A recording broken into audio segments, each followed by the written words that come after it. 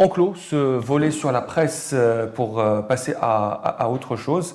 Un habitué du Café Presse Politique, donc Rachid Nekez a poussé un grand coup de gueule cette semaine. Il a poussé un grand coup de gueule. On pourrait dire quelle mouche a piqué Rachid Nekez qui défend acharnement la famille de Hakim Dabazi, donc ce détenu d'opinion qui est décédé. D'ailleurs, Rachid Nekez a fait une publication tout à l'heure nous informant que maître Héloïse Sadeg, la tante du prisonnier Hakim Dabazi mort en prison, a déposé plainte aujourd'hui avec le mouvement de Rachid Nekez et elle réclame des dommages et intérêts à l'État et qui lui demande aussi d'ouvrir une enquête officielle après la disparition de ce détenu d'opinion. Comment vous avez réagi à ce coup de gueule de Rachid Nekez?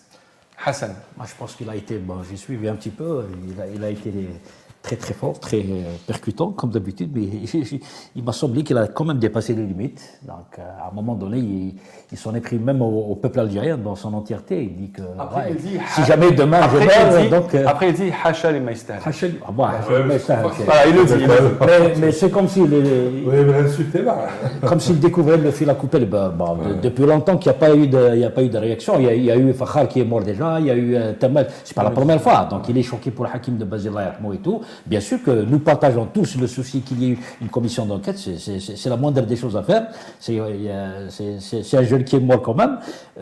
Mais bon, je pense que sans prendre à tout le peuple algérien, demande d'abord à l'État. Dans quelles circonstances? Il faut une enquête diligentée, une enquête sur les circonstances de la mort de Hakim Dabazi. On peut en parler, mais là... C'est ce qu'il demande. Hein. Il demande l'ouverture d'une enquête officielle.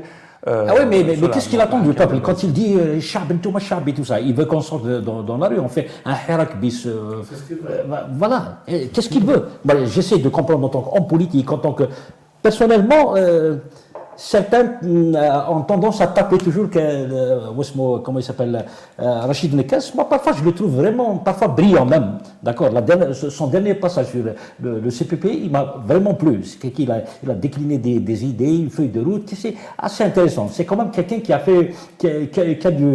du niveau, pour résumer.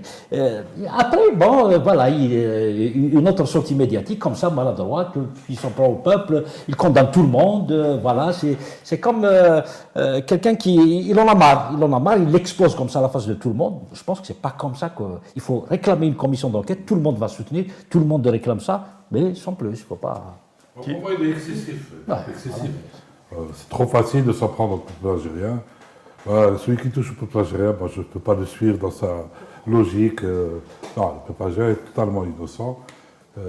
C'est vrai qu'il faut une enquête. Je pense que les autorités doivent suivre cette voie et on attend. On doit faire confiance quand même aux autorités judiciaires et tout pour faire la lumière sur la mort de Hakim Dabazi. Et Hassan, comment vous avez réagi? Il y a une tradition maghrébine, des grands ouamas, de temps en temps considérés comme des messies, qui sont dans une relation ambivalente avec le peuple pour lequel ils ont été envoyés pour libérer ce peuple. Bourguiba avait cette attitude. Bourguiba considérait par moments, dans des déprimes, etc., notamment quand elle a été détenue en Algérie, elle a été mise à Borja Mardris, elle a été exilée par les Français. Il avait des moments où il disait il le disait quand il était devenu président. Saïd Saadi a dit un truc dans le même genre. C'est différent. C'est trompé. Bouteflika aussi. Saïd s'est trompé. Je disais en privé, mais Bouteflika aussi, on ne devait pas faire le bordel de ce peuple. Bien malgré lui. Je vous laisse dans sa médiocrité. Je vous laisse dans sa médiocrité. Je le laisse dans sa médiocrité. Dans le zaïmisme, ça c'est Bouteflika. Msali, on salue aussi. Mais vous êtes médiocre. Abou Zaria dans son isole. Et Boukra a parlé de Rachid. C'est pas étranger à la culture politique de notre contrée. J'imagine que ça existe ailleurs dans le monde. Après c'est vrai qu'elle a fait beaucoup de sacrifices, etc. Est-ce que ça obéit à une nouvelle stratégie, 15 mois de prison. La question, j'ai envie de la retourner. Est-ce que ça lui est arrivé? Moi, je sais pas. Tu as passé 10 mois de prison à côté. Est-ce qu'il lui est arrivé d'être piqué par des mouches comme cette fois-ci en prison? C'est une énigme. Ouais, c'est un joli titre. Quelle mouche l'a piqué, franchement. Personnellement, il m'a déçu. Mais il a commencé déjà ici. Hein. Il a commencé déjà. Après, est-ce que c'est le fait que Mskin, bon, parfois, il y a un aspect humain aussi qu'il faut. Il a parlé de sa situation, il ne peut pas quitter son douar, il a sa femme, son enfant, ses affaires en France et tout ça. Ça fait mal quand même. Il faut se mettre à sa place. Il a tout laissé en France, il ne peut pas sortir apparemment. Moi, de ce point de vue-là, je le soutiens. C'est humain. Il est dans son douar à Indfla. Et c'est pas facile à Abzadi. Tu as ta femme, tes enfants, tes affaires ailleurs. Il y a une façon de faire de la politique. Non,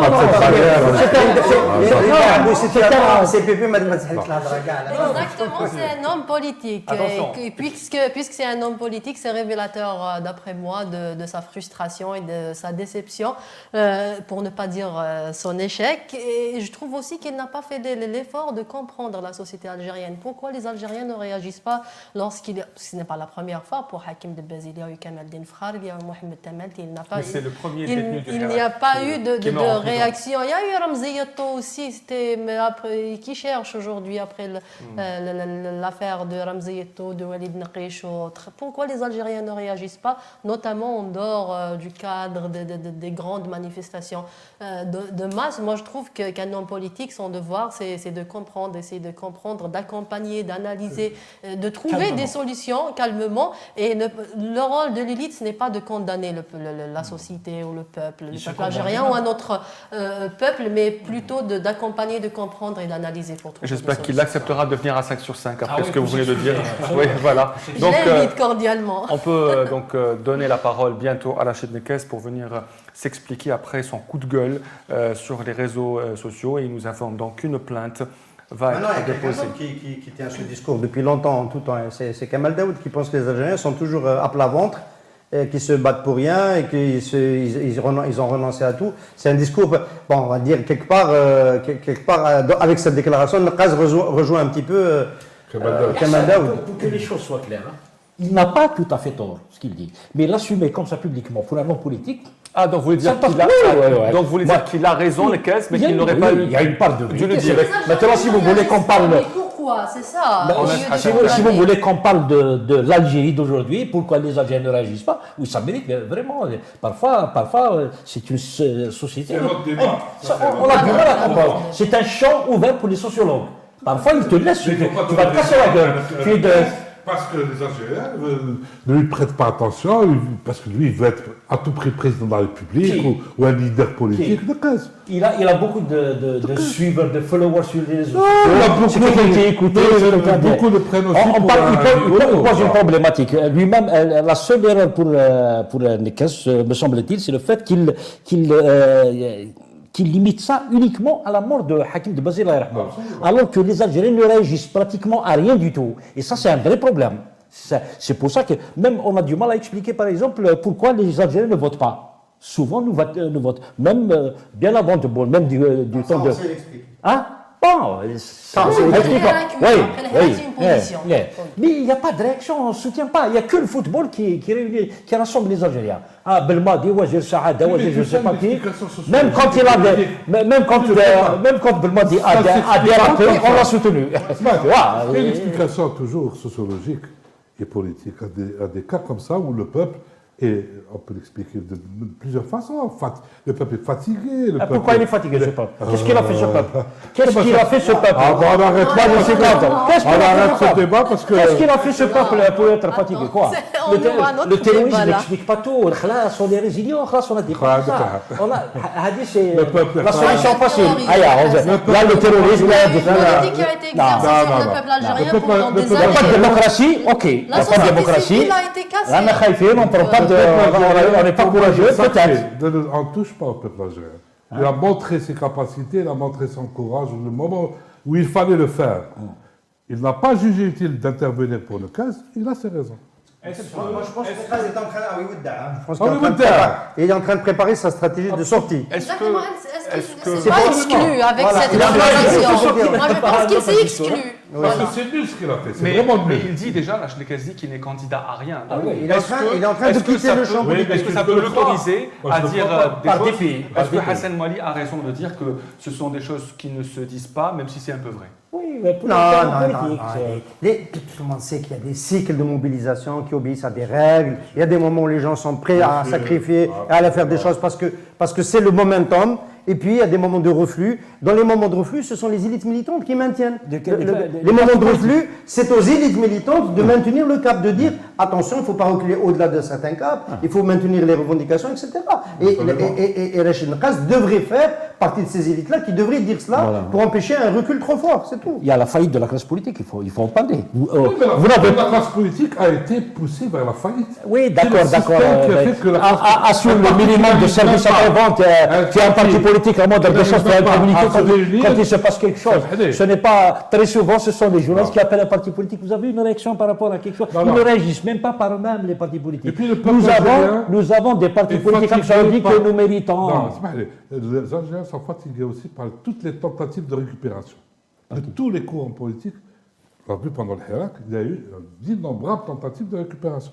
Et ça, les Algériens détestent carrément Le problème que de la confiance. colère Oui. populaire soit récupérée par un ou plusieurs. Saoudi, tu parles comme si les Algériens sont tous, comment dire, j'y parle d'une seule voix. On a plusieurs Algéries ici. Oui, je sais, voilà. mais On est différents, on est différents. Il y a, tout ça, il y a il aurait pu en faire un la travail.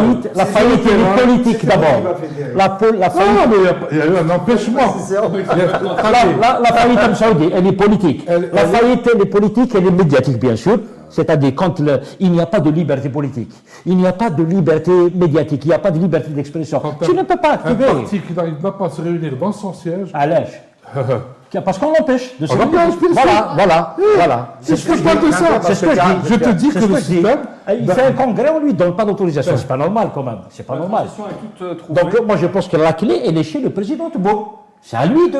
Pas uniquement. Pas uniquement. Enfin, les autorités. Moi, je ne suis pas là pour dire. C'est lui. bien ce que vous Formellement, dites. c'est le président de Pas la République. uniquement. C'est bien ce que Que vous dites. main tendue ouvre l'espace médiatique et C'est bien ce politique. que vous dites, Hassan Mouali, quand vous dites que la clé est entre les mains du président de la République, parce que on va parler aussi des probables futures libérations, puisque vous avez attendu le jour de l'Aïd. Certains disent qu'il peut y avoir des libérations le 5 juillet, parce que ce sera le 60e anniversaire de l'indépendance. Et bonne nouvelle, Pierre Rodin sera là, c'est déjà une bonne nouvelle. Pierre Rodin avec l'association Josette, avec Josette et Maurice Audin, qui va venir avec son passeport algérien, il n'aura plus besoin de visa pour venir. Et à l'approche de cet anniversaire, il y a eu cette dépêche de la PS qui parle d'un président rassembleur. Il y a eu El Biled qui parle de main tendue du président. Est-ce qu'on peut s'attendre à une ouverture que tout le monde attend maintenant ou d'ici le 5 juillet 2022 Voilà. Et ça, Je pense que la réaction